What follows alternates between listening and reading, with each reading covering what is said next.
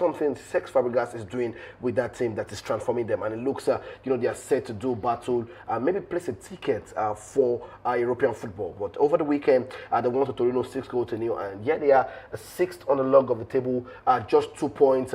Let's have the table quickly. Fantastic result over the weekend. There you have it. They are sixth on the log of the table, just 2 points, behind the old ladies of Turin Juventus, just 3 points behind Napoli and Roma. And you look at where they are. For you, how is it changing the side as Cesc Fabregas and also Como? It's a continuation of what he did last season. Some teams wanted him. Yeah, so if you followed this first season at Como, the side were one of the excellent sides in this area. Yes, they didn't have the big names or the big players to prosecute the thoughts and the tactics of the coach unfortunately, but you could see them display fine football on the field of play, and a lot of teams that signaled to why a lot of teams wanted him in the summer transfer window. But he said he was going to stick with his team, continue the process with them, and this is the result of the process. He won 6-0 against Torino on Saturday, and massive victory. Massive victory. It wasn't just the goal. It wasn't all about the scoreline. It was the way they play. And I know Real Madrid are eyeing their boy in the team now. They want him back definitely. To come and start his team for them. But Cesc Fabregas, one of the best managers out there right now. He's had his own player. He's been able to instill his tactics and giving them the confidence to display what they do on the training ground week in, week out. They're one of the most informed sides in Europe right now. I agree. They don't have European football to contend with, so that's a plus for them. They play one game during the week, or max play 2 games in the week, and wait for those big names to go to Europe and come back to the weekend. So that's also a plus for him. But I see them getting a continental ticket by the end of the season, and by this they can even push higher than what because they are 3 points from the table we just saw. They are 3 points away from top 4. 1 or 2 wins for them, and we will see them in the top 4 at the end of the season. All right, we'll definitely be hoping that Cesc Fabregas can take Como, to European football. I think good management also for Thierry Henry, having his backroom staff working perfectly, and those in charge of Como. We'll be looking out for them when it comes to the end of the season. Let's take stories from the Australian Open before I hand over to Nuruddin. Sabalenka cruises to 4th straight European Open final. The world #1 Arena Sabalenka powered into a 4th consecutive Australian Open semi-final with a dominant victory over teenager American Ivan Jovic, producing a sharpest performance of 2026 season. Sabalenka fired 31 winners, broke through a tight first set, and sealed the match in an emphatic fashion by banging Jovic in second set with an ace. The win extends a perfect 10-love start of the year and a remarkable 25-1 record in the last 26 matches in Melbourne,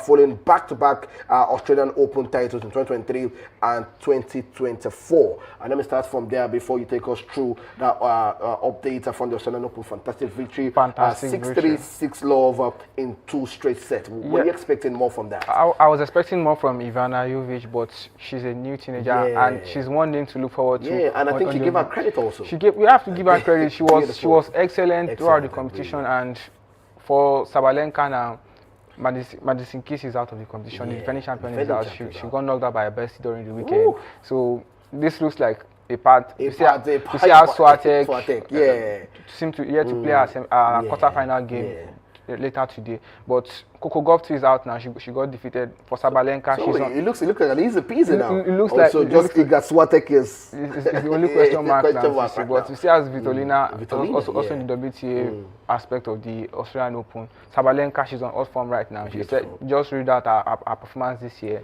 She's been eating everybody and for Jovic, it's very good tournament. She had a very good tournament, and she's one to look forward to on the WTA. All right, quickly, give me an update from the Australian Open. Alcaraz and beautiful and the home faithful, the Australian crowd is behind him, but he gave Alcaraz a very tough one in the first set. But Alcaraz later won 7-5. Alcaraz broke him thrice. He broke Alcaraz by 3 times as well. No, he went to a tiebreaker, and Alcaraz won in the end 7-5. Now in the second set, Alcaraz is leading 2-0, and we'll see how that pans out by the end of the day.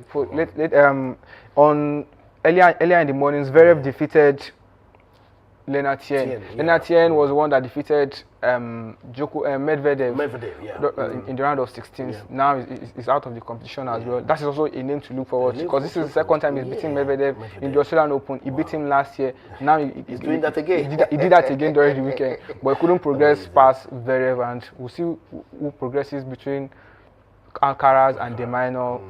The game is currently going on, and we're yet to see Novak Djokovic in his own quarterfinal, and then the defending champion Jannik Sinner is going to have his own quarterfinals today. So the Australian Open is at the tail end of it now. By this weekend, we'll know the players that are playing in the final and who's going to lift the trophy. All right, let's see who's going to lift the trophy. Definitely, we'll be giving you that update on the show. That's all we can take right here on Dominion Sports this wonderful morning. We have seen an update from the local front as Remo Stars are battling troubling times. Also, the People's Elephant, Yimba Football Club, having new management who took you on the journey into the world of the Australian Open. And definitely to give you an update from Como and Victor Boniface. I want to say a big thank you to the producer and also to the crew for joining us, and everyone that joined us across the world. Penchooks from Portugal, I say big thank you to you. And also we'll be seeing more and more updates, more and more exciting times right here on Dominion Sport. I am Paul Abe Toruwanimi. I have Nurdin Alimi also saying his final goodbye. We're going to leave you with the highlights of the MPFL games.